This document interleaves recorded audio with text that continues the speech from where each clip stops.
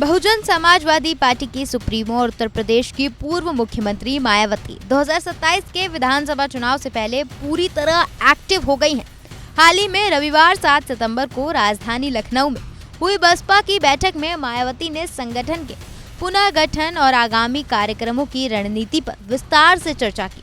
इसके साथ ही बसपा के प्रदेश भर से आए वरिष्ठ पदाधिकारियों ने बूथ से लेकर जिला स्तर तक की कमेटियों की प्रगति रिपोर्ट मायावती के सामने रखी।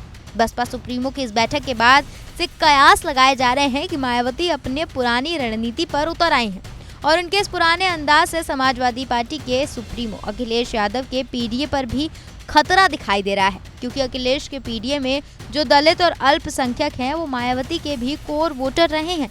हालांकि पिछले चुनाव में मायावती का वोट बैंक काफी गिरा है।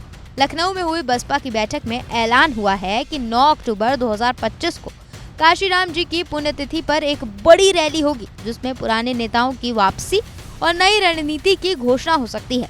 बसपा प्रमुख के आदेश के बाद सभी कार्यकर्ता मिशन 2027 के तहत गांव-गांव जाकर दलित समुदायों, खासकर जाटव वोट बैंक को मजबूत करने में लगे हैं।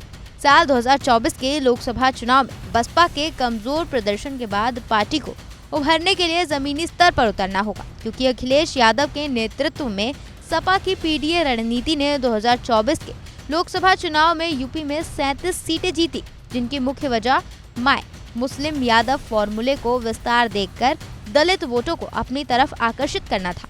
हालांकि अब मायावती के एक्टिव होने से अखिलेश यादव के पीडीए पर असर पड़ सकता है, क्योंकि सपा के पीडीए का एक बड़ा हिस्सा दलित वोटों पर टिका है, जो मायावती की बसपा का कोर वोटर बैंक रहा है। अगर मायावती की पुरानी रणनीति काम कर पाई तो सपा के पीडीए का 20 से 25% वोट प्रभावित हो सकता है। साल 2024 के लोकसभा चुनाव और 2022 के उत्तर प्रदेश विधानसभा चुनाव में मायावती की बसपा के प्रदर्शन पर नजर डालें तो वो काफी खराब रहा है। जहां 2024 लोकसभा चुनाव में बसपा यूपी में एक भी सीट नहीं जीत पाई, वहीं 2022 के विधानसभा चुनाव में बसपा का प्रदर्शन उसके इतिहास में सबसे खराब रहा।